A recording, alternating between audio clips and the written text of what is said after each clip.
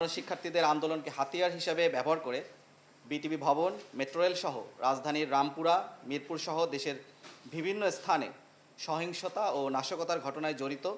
গণ অধিকার পরিষদের যুগ্ম সদস্য সচিব মোহাম্মদ তারেক রহমান সহ 4 জনকে রাজধানীর মিরপুর ও বাড্ডা এলাকা থেকে গ্রেপ্তার করেছে র্যাব। আপনারা সবাই জানেন যে গত 6 জুন 2024 তারিখ থেকে বিভিন্ন বিশ্ববিদ্যালয় সহ বিভিন্ন প্রতিষ্ঠানে যে কোটা সংস্কার বিরোধী যে আন্দোলন চলছিল, এই আন্দোলনের পরিপ্রেক্ষিতে এবং মহামান্য হাইকোর্টের যে রায় ছিল এর প্রতিবাদে সাধারণ শিক্ষার্থীদের চলমান যে আন্দোলন ছিল এটা খুব স্বাভাবিকভাবেই সাধারণ গতিতেই চলছিল। এবং সাধারণ শিক্ষার্থীদের সাথে আমাদের র্যাব ফোর্সেসের পক্ষ থেকে আমরা অত্যন্ত আন্তরিক, সজাগ এবং সচেতন ছিলাম এবং তাদের প্রত্যেকটা পদক্ষেপে আমরা যথেষ্ট সম্মানের সহিত তাদের প্রত্যেকটি পদক্ষেপকে আমরা পর্যবেক্ষণ করেছি। তথাপি আমরা দেখতে পেয়েছি যে 1 মাস বা 12 বা 13 দিনের মতো এই আন্দোলনটা ভালোই চলছিল। পরবর্তীতে দেখা যায় যে আন্দোলনে কিছু দুষ্কৃতিকারী, নাশকতাকারী যারা বিভিন্ন ধরনের মদতদাতা হিসেবে সরকার এবং রাষ্ট্র বিরোধী বিভিন্ন কার্যক্রমের মাধ্যমে এবং তারা সামাজিক যোগাযোগ মাধ্যম, ইউটিউব সহ সোশ্যাল মিডিয়ার বিভিন্ন প্ল্যাটফর্ম ব্যবহার করে তারা সাধারণ শিক্ষার্থীদেরকে উস্কে দেওয়ার চেষ্টা করে। এরই পরিপ্রেক্ষিতে আপনারা জানেন যে দেশে এক ধরনের নৈরাজ্য এবং অরাজকতা তৈরি হয় এবং অন্যান্য বাহিনীর ন্যায় আমাদের র্যাব ফোর্সেসও এর ক্ষয়ক্ষতির সম্মুখীন হয়। আমাদের এই টোটাল নৃশংস কার্যক্রম চলাকালে আমাদের র্যাব ফোর্সেসের 100 জন অধিক সদস্য আহত হয়। এর ভিতরে একজনের অবস্থা এখনও গুরুতর, তিনি এখনও সংকটাপন্ন অবস্থায় রয়েছেন। এছাড়াও আমাদের 13টি গাড়ি ভাঙচুর এবং পোড়ানো হয়, যার ভিতরে অ্যাম্বুলেন্স ছিল, যেখানে আমাদের রোগীও ছিল। এবং এই কার্যক্রম যখন চলছিল তখন আপনারা জানেন যে বিভিন্ন ধরনের যারা শিক্ষার্থী ছিলেন তাদের উপর বিভিন্ন ধরনের হামলা হয়েছে এবং আমাদের যে বিভিন্ন ধরনের কার্যক্রমের মাধ্যমে আমরা যে সাধারণ যে জনগণ যারা ছিল তাদের নিরাপত্তার জন্য আমরা বিভিন্ন ধরনের কার্যক্রম গ্রহণ করি এবং বিভিন্ন কার্যক্রম গ্রহণের মাধ্যমে আপনারা জানেন যে আমরা হেলিকপ্টার টহল থেকে শুরু করে বিভিন্ন ধরনের যে কার্যক্রমগুলি ছিল এর মাধ্যমে প্রায় 97টি আভিযানিক কার্যক্রম হেলিকপ্টার টহলের মাধ্যমে করা হয় এবং এর মাধ্যমে আমরা 97 জন ব্যক্তিকে বিভিন্ন স্থাপনা থেকে অবরুদ্ধ অবস্থায় তাদেরকে উদ্ধার করতে সক্ষম হই। এরই ধারাবাহিকতায় আমরা গতরাত অর্থাৎ 22শে জুলাই 2024 তারিখে র্যাব সদর দপ্তরের গোয়েন্দা শাখা এবং র্যাব 1-এর একটি যৌথ আভিযানিক দল মিরপুর এবং বাড্ডা এলাকা অভিযান চালিয়ে সাধারণ শিক্ষার্থীদের যে কোটা সংস্কার আন্দোলন এদের হাতিয়ার হিসেবে ব্যবহার করে যারা আসছিল এবং বিটিবি ভবন, মেট্রো রেল সহ রাজধানীর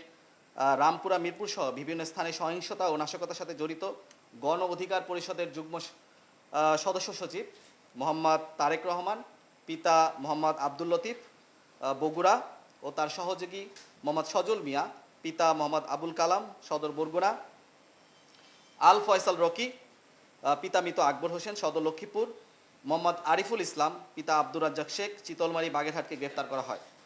এবং তাদের কাছ থেকে উদ্ধার করা হয় 2টি শর্ট গানের খালি খোসা, 2টি ল্যাপটপ, 3টি সিপিইউ, একটি হার্ড ডিস্ক, একটি মডেম, একটি এটিএম কার্ড, 4টি মোবাইল ফোন ও নগদ 11,887 টাকা। প্রাথমিক জিজ্ঞাসাবাদে গ্রেফতারকৃতরা দেশের বিভিন্ন স্থানে যে নাশকতা চলছিল এরই ধারাবাহিকতায় তারা বিটিবি ভবন এবং মেট্রো রেল স্টেশন এবং যে ট্রাফিক পুলিশ বক্স আছে এগুলোতে আগুন দেওয়ার বিষয়ে তাদের সম্পৃক্ততা আমাদের কাছে স্বীকার করে। আপনারা সবাই জানেন যে সাম্প্রতিক সময়ে রাজধানীর বিভিন্ন স্থানে যে হামলা, নাশকতা, অগ্নিসংযোগ ও গ্রেফতারকৃতরা স্বয়ংক্রিয়ভাবে বিভিন্ন মদতদাতাদের মাধ্যমে কাজ করছিল। একটি সাধারণ শিক্ষার্থীদের যে আন্দোলন এটাকে ভিন্ন খাতে প্রবাহিত করার জন্য এবং এটাকে সরকার এবং রাষ্ট্রবিরোধী চক্রান্তে লিপ্ত করে সরকার পতনের একটা আন্দোলনে তারা এটাকে পরিণত করতে চেয়েছিল। এবং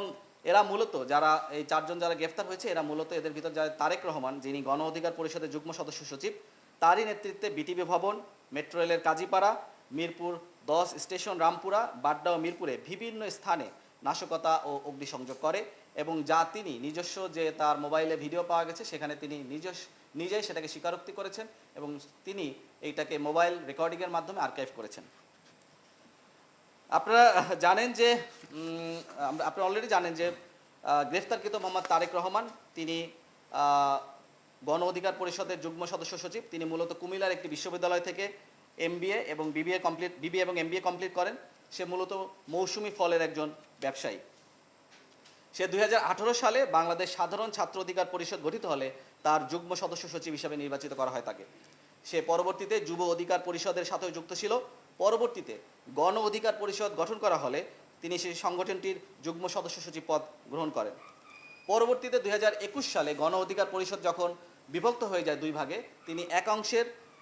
সঙ্গে যুক্ত হন এবং বিভিন্ন রাজনৈতিক এবং সরকার বিরোধী যে কর্মকাণ্ড আছে সেগুলোর সাথে তিনি যুক্ত হয়ে পড়েন। পরবর্তীতে রাষ্ট্রবিরোধী যে সকল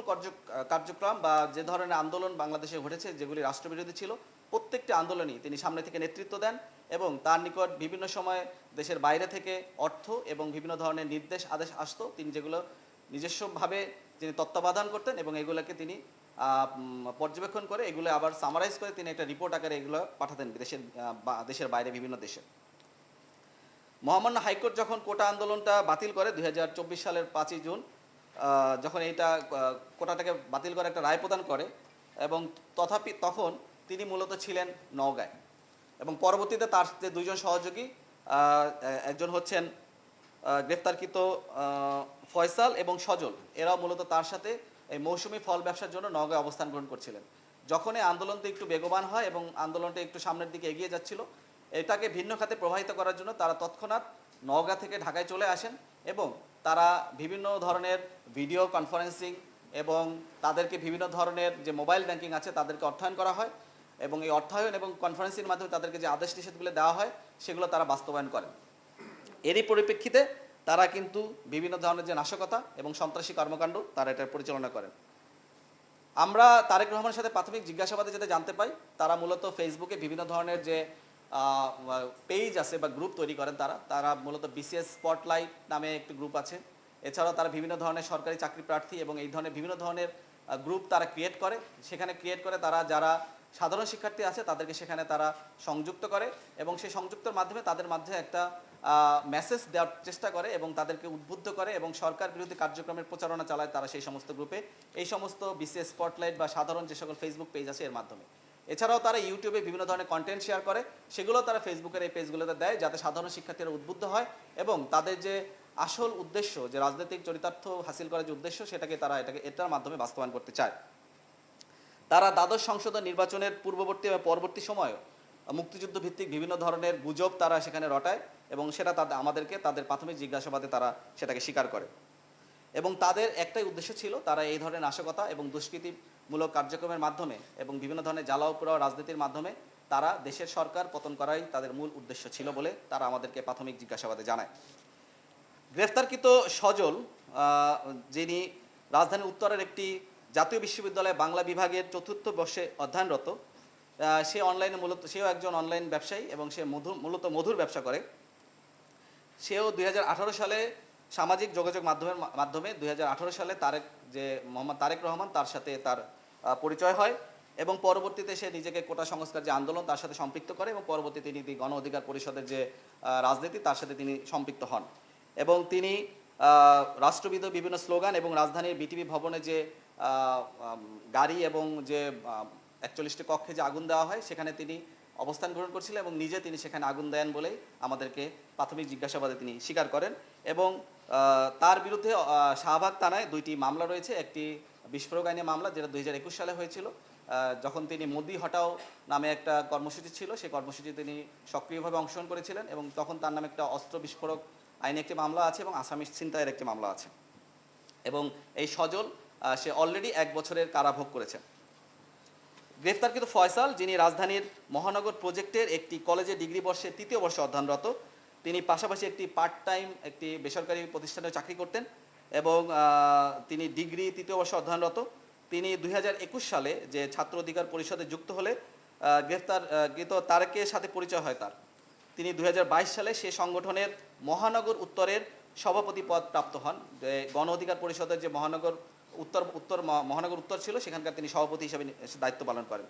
সে গ্রেফতারকৃত তারেকের নির্দেশনায় কোটা সংস্কার আন্দোলনকে রাষ্ট্রবিরোধী আন্দোলনের রূপ দিতে সামাজিক যোগাযোগ মাধ্যমে বিভিন্ন ধরনের প্রোপাগান্ডা চালায় এবং রামপুরা এবং বাড্ডায় ভাঙচুর এবং অগ্নিসংযোগে অংশ নেয়। এখানে বিশেষভাবে উল্লেখ্য যে এরা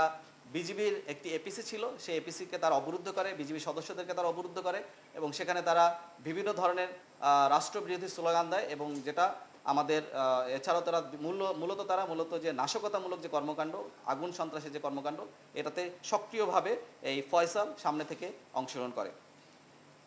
চতুর্থ যে ব্যক্তি গ্রেফতারকৃত আরিফুল, তিনি স্থানীয় একটি স্কুল থেকে দশম শ্রেণী পর্যন্ত পড়াশোনা করেন। পরবর্তীতে সে রাজধানীর